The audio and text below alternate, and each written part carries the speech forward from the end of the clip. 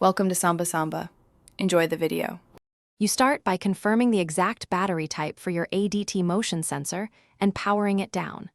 Once disarmed or in test mode, remove the sensor cover using the correct driver.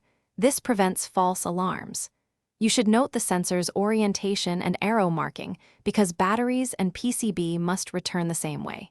Handle the PCB gently and set screws aside. Make sure you have fresh batteries and a clear workspace before continuing to the replacement steps. Next, remove the old battery and inspect the compartment for corrosion or a swollen cell. That's why you check polarity before pulling the battery out. Clean the contacts with a 70% isopropyl wipe and a soft tool if residue exists, and verify springs and clips are not bent. Insert the new battery matching the polarity marks, press until it seats firmly, and then gently flex the cover to confirm the sensor is mechanically secure before initial power-up.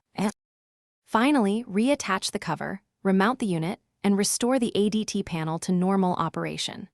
Run a sensor walk test or check the panel's diagnostics to confirm motion detection and battery status. This verifies both power and alignment.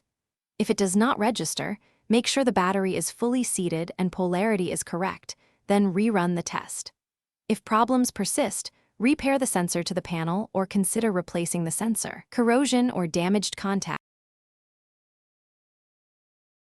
Thanks for watching. Consider subscribing if we helped you.